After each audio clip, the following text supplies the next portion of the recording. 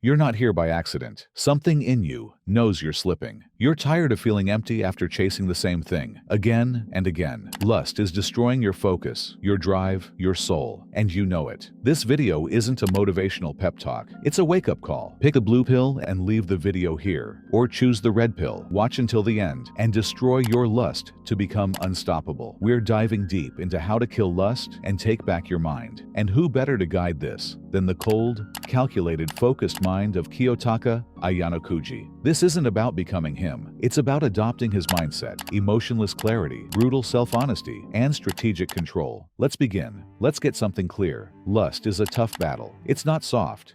It's not clean, and it's not going away just because you wish it would. Lust is a fight, and if you want to win, you have to face it head on. No sugarcoating, no blaming others. This is about you, your choices, your discipline, your accountability. Just like Kiyotaka, Ayanokouji doesn't wait for life to be fair. He plays the game with cold, relentless strategy. You have to do the same. He doesn't complain. He doesn't react emotionally. He studies, analyzes, and executes. You want to conquer lust? You need that same mindset. Every time you make an excuse, every time you say, "It's just the way I am," or "I can't help it," you're surrendering. You're giving your power away. And you don't have to.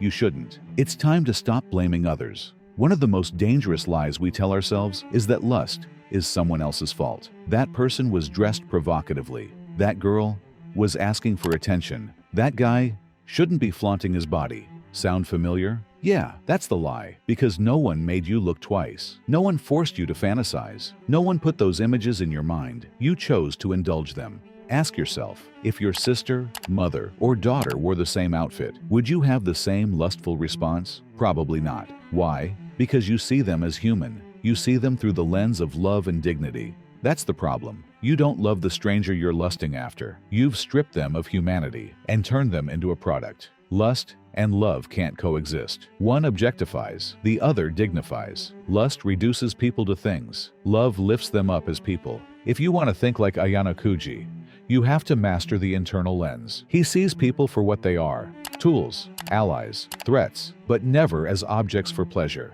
That detached clarity, that's what you need. Not emotional detachment, but mental control. Lust is not love. Let that sink in. When you lust after someone, you're not loving them. You're not even thinking about them. You're only thinking about how they can serve you. You've made them a vending machine for your cravings.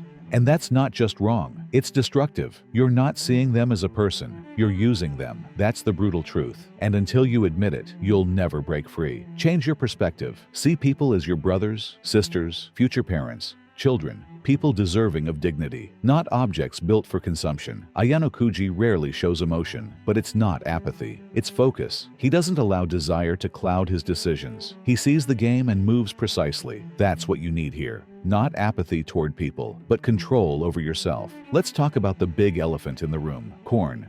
You know what I mean. Corn is not harmless. It's not just something everyone does. It's poison, plain and simple. It's not entertainment, it's mental destruction. You're watching real people be turned into nothing, into toys, into background noise for someone else's pleasure, and you're participating. It kills empathy. It turns you into a spectator who can't love, only consume. It rewires your brain. That's not an opinion. That's neuroscience. The more you watch, the harder it gets to stop.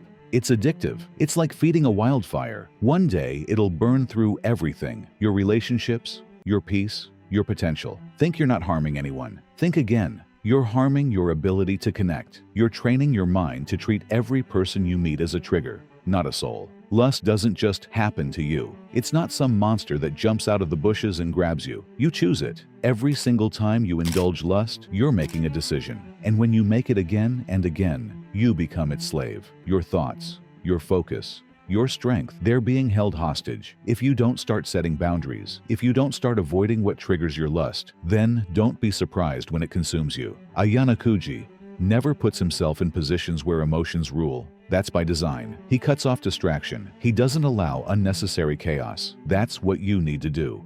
You cannot fight lust by giving in a little. That's like trying to put out a fire by tossing in more gasoline. It doesn't satisfy. It amplifies. The only way to kill lust is to cut it off at the root. That means avoiding the media, places, people, and mental patterns that trigger those thoughts. And yeah, it's going to hurt. You'll feel withdrawal. You'll feel lost. But discipline isn't supposed to feel comfortable. Freedom is earned. Every time you say no, you gain strength. Every time you resist, your mind rewires. Every time you choose self-respect, you take a brick out of lust's prison walls. What you feed grows.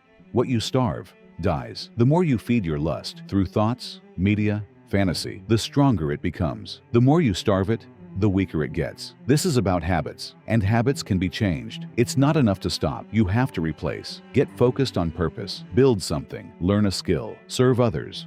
Grow. Ayanokouji didn't become a master manipulator by accident. He built himself. Every day, he sharpened his edge. You can do the same. Channel your energy into becoming the man or woman you're meant to be. You can't beat lust alone. It thrives in isolation. That's where it grows. In the dark corners of secrecy and shame. Find someone, a trusted friend, a mentor, a brother, someone who won't judge you, but who won't let you off easy either. Accountability shines a light on the darkness, and when you talk about it, it loses power. It might be uncomfortable, embarrassing even, but honesty is the only way forward. When you get real, you'll realize you're not alone. Everyone fights temptation, but not everyone chooses to rise. Don't isolate. Fight together. Start today. Take the first hard step, and then take another and another until you've created a new path. Because here's the truth. Lust doesn't stand a chance when you decide to face it with discipline, with purpose, and with support. Subscribe if you're ready to go to war with your weaknesses, like if you're choosing purpose over pleasure. And share this with someone who needs to hear it. We're not here to stay trapped. We're here to rise. Let's get it.